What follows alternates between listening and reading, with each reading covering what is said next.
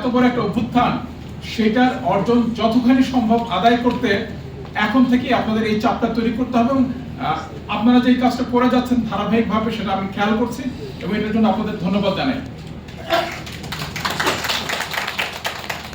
এই জনপ্রশাসনের এই যে বন্দোবস্তটা এতক্ষণ ধরে নানান আলোচক বললেন, এটার একটা বিশেষ দিক আপনারা যদি করোনা মহামারীর সময় বাংলাদেশের দিকে তাকান দেখতে পাবেন।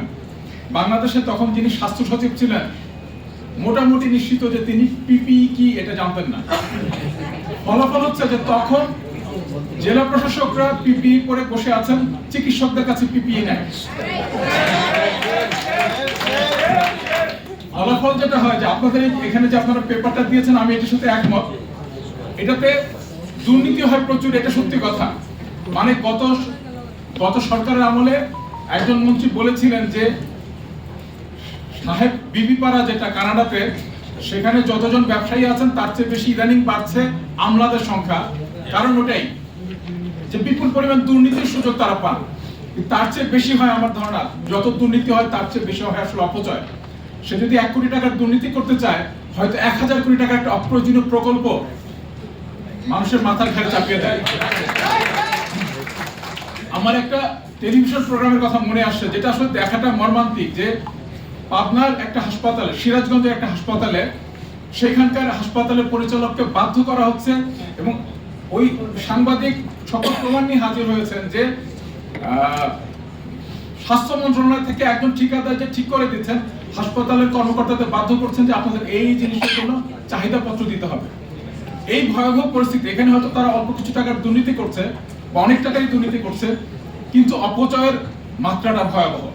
এবং এই অপচয়ের ব্যাপারটা যদি আমরা কমাতে চাই, তাহলে এই দাবিটা তো নিশ্চিতভাবেই ন্যায্য যে জনপ্রশাসন না, বিশেষজ্ঞদের হাতেই মন্ত্রণালয়ের প্রধান দায়িত্বটা থাকতে হবে।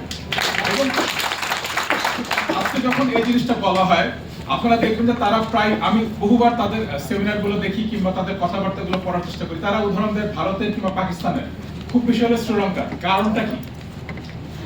মানে এই দেশগুলোতে এই আমলাতন্ত্র তৈরি করে হয়েছিল উপনিবেশ আমলে। তার মানে ইংল্যান্ড তাদের শাসনের প্রয়োজনে আমলাতন্ত্র তৈরি করেছিল। তারা তো ইংল্যান্ডের উদাহরণ কখনো দেয় না। আপনি যদি আজকে ইংল্যান্ডের স্বাস্থ্য প্রশাসন যেটা, সেটার তালিকার দিকে তাকান, দেখেন তো কোনো আমলার নাম পরিচয় গুরুত্ব দিয়ে বলা আছে কিনা। আমি 4-5 বছর আগে করোনার সময় দেখেছিলাম একজন হেলথ সেক্রেটারির কথা ছিল, যিনি করণিক কাজটা করেন, কিন্তু ওই সাইটেই বেশ কয়েকজন বিশেষজ্ঞের নাম তার চাইতে বেশি গুরুত্ব দিয়ে বলা হচ্ছিল, যিনি একজন জীবাণু বিশেষজ্ঞ, তিনি একজন রোগতত্ত্ব বিশেষজ্ঞ, তিনি একজন পাবলিক হেলথ বিশেষজ্ঞ। মানে একাধিক মানুষের পরিচয় দেওয়া ছিল, যারা মিলে আসলে নীতি নির্ধারণ করেন। এরপরে তার যে আমলাতান্ত্রিক অংশটুকু, সেইটা ওই সেক্রেটারি পালন করেন, সেটা ওই সচিব পালন করেন। এর চাইতে বেশি গুরুত্ব তার নাই। আজকে সকালবেলা আমি দেখলাম একদম তাই, বরং আরো উন্নতি হয়েছে। ওইখানে যে করণিক অংশটা করেন তার ছবি আজকে আর দেখলাম না। মানে 5 বছর একটা পরিবর্তন হয়েছে, আরো বেশি করে বিশেষজ্ঞ নির্ভর হয়েছে সেটা। এইটা হচ্ছে গুরুত্বপূর্ণ, যে এই কাজটা এইভাবেই হওয়ার কথা।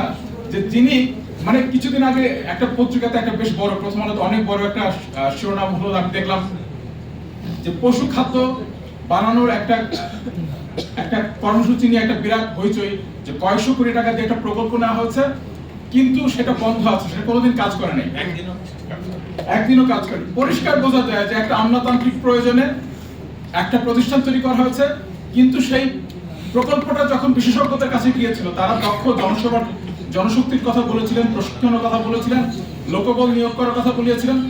বিভিন্ন ধাপে লোকবল নিয়োগ করলে ঘুষ নাই কিংবা কমিশন নাই, এটা বন্ধ, ট্রেনিং বন্ধ, এই সবকিছু বন্ধ করে খালি বিল্ডিংটা আর মেশিনটাই কেনা হচ্ছে। এটাই তো আসলে বাংলাদেশের সমগ্র দুর্নীতি এবং অপচয়ের প্রক্রিয়া।